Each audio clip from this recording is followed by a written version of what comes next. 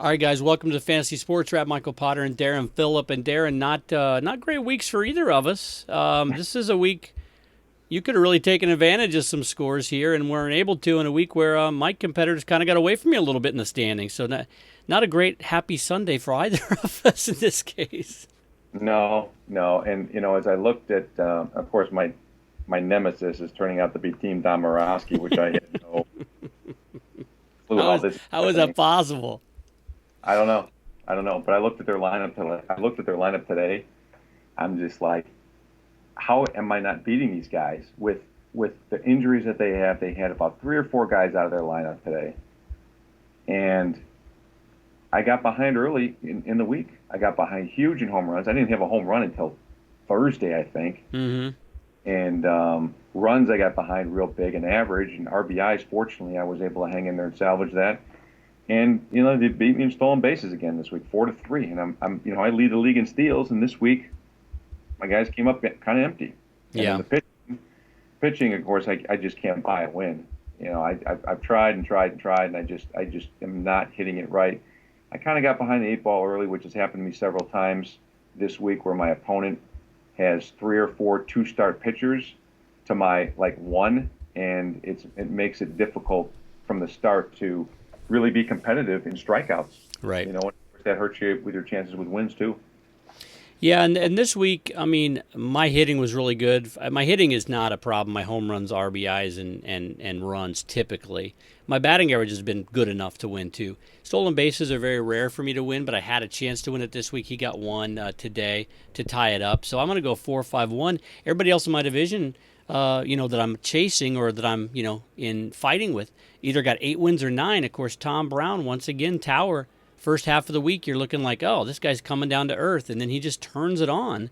I don't know how he does it, but he I don't turns it on late in the week, and he's going to get the most wins of anybody. And it'll be him and Docs and Jocks tied in wins for the lead in our division. I'll be behind him, but I've lost ground. And then Mounty's had a big week. Your opponent next week, so it's really a 4-man race to make the playoffs. Probably 3 out of the West, and it's really a 2-man race in the East, because neither you or Pat made a huge jump, but you could say Pat's close right there on their heels, and then you're kind of still on the outside. But with 4 weeks to go, not know. making the run this week, it's getting tighter and tighter for you.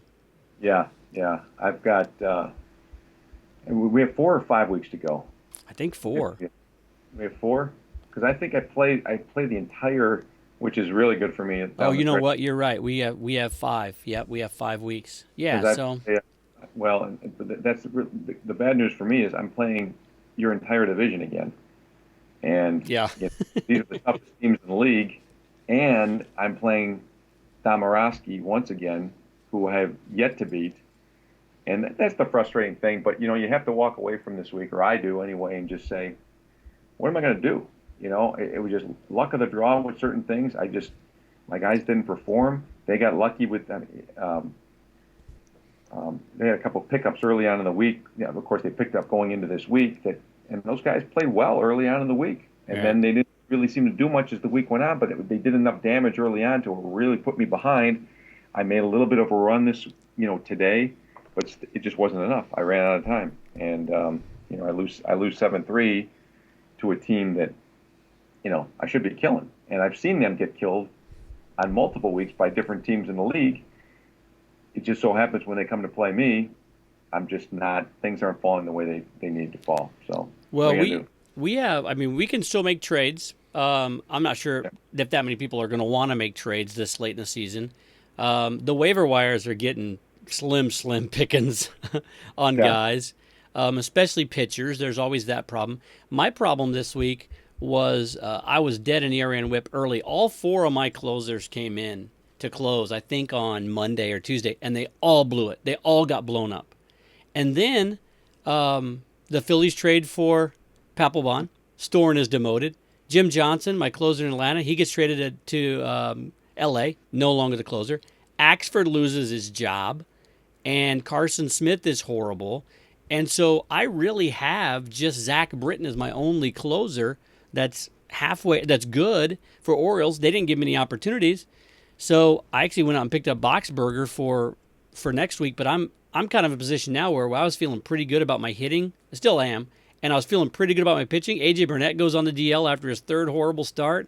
All my guys get demoted. I'm there going, man, I have a horrible pitching staff now, and I don't know what to do exactly. I don't know exactly how to fix that because there's just not that many closers out there.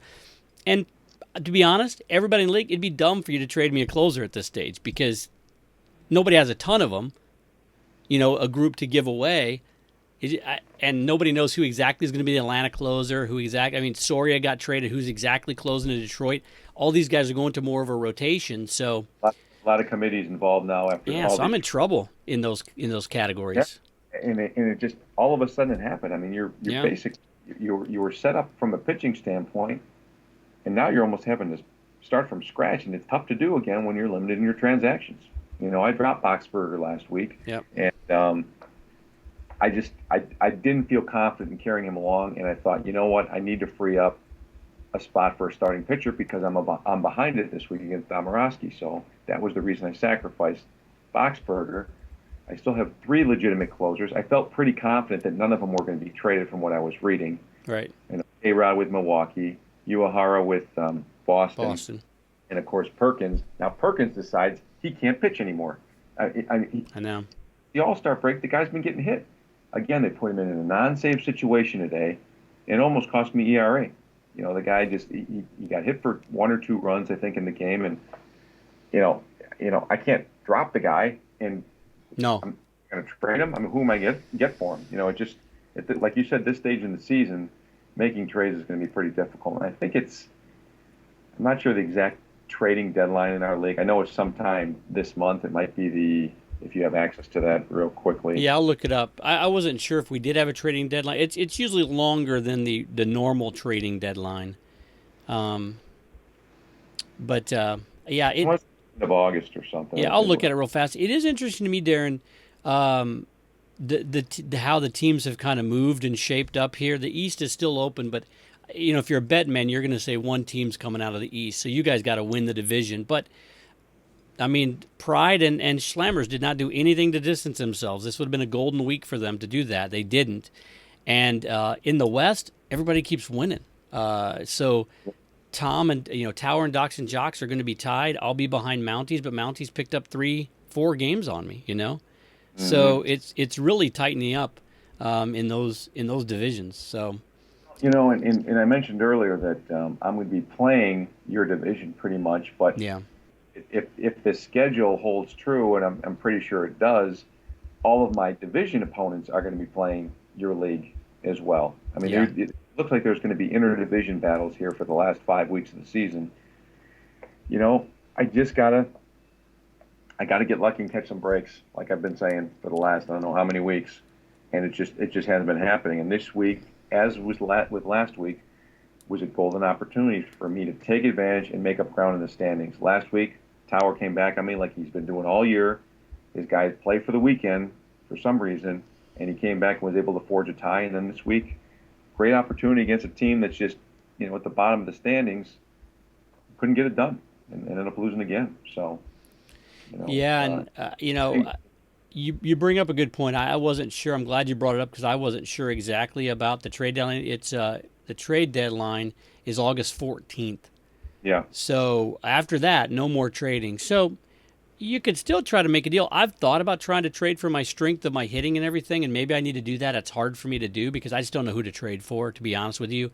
Guys are getting like Jim Johnson. Like I said, he got traded. He gets his first save opportunity for the Dodgers. He blows it. Just every one of my guys. I think I have probably 7 blown saves, maybe 8 blown saves this week. Wow. So, I chalk it up to just one of those weeks, but it's going to be a dogfight in the West between those 4 guys that we have going. And at the time of the taping, everything is done as of now. Let me refresh my screen, but it's pretty much what we thought it was going to be. There was a few games going on tonight. Guys had games, but well, let me give you the next week matchups. Loopers and Britain, Docs and Jocks and Pride, Mounties, Racers, Domorowski Slammers, and Tower and Bandits. So that's going to be an interesting matchups, a few of those. But 5-4-1, Bandits beats me, the Loopers. Docs and Jocks goes 8-2-0 against Britain, and quite frankly, Britain did a nice job to get back into that one because I thought that was going to be a 9-1 or a 10-0 for a while. Mounties 9-1. pulls out. Which category did they just sneak out to go 9? Wow. So they picked up 5 games on me. Man, that's tight. And then 7-3 Domorowski over Racers, and then 9-1 for Tower over Slammers. Yeah, yeah. You and I are going to need a lot of help. We're going to have to win. I'm obviously going to need more help than you're going to need, but Yeah. I've just got to hope that somehow I can take care of business and the rest of my division falters. But the trend is not there right now. It's just not. I'm not feeling it. Well, it was going to happen. It should be happening already, I think. 1 or 2 more weeks like this for you, and you're going to be ready to focus on football. Right. If I have a couple more weeks like this, I'll be right there with you. So the hosts of this podcast will not be as concerned about the playoffs as maybe they should be. That's true. That's true. We'll still follow it through, and we'll still give people their props and break everything down, but we might be doing a lot more football prognosticating if this goes sideways for me and you in the next couple of weeks. So keep that in mind, everybody. Yep, you're exactly right. We've had it's been a competitive league, let's face it. Yeah, it has. I thought with the new people we had playing stuff and were new to fantasy or new just to fantasy baseball, that we were going to pretty much just run roughshod over everybody, with our experience, but it just hasn't worked that way for one reason or another. And it's been fun though. I think people have enjoyed it because a lot of people have been in it. Yeah. You got Britton and Domorowski, and up until the last couple of weeks, Britton's been hanging in there, hanging around. But and she'll be back. I think once school gets started, they went on some vacations with the kids and stuff like that the last couple of weeks. But yeah, I think you bring up a good point, Deron. We invited a lot of folks who either were new to it, hadn't been in it a while. I think the thing that we got is we got really good people involved who we knew would take it seriously. We wanted them to take it seriously.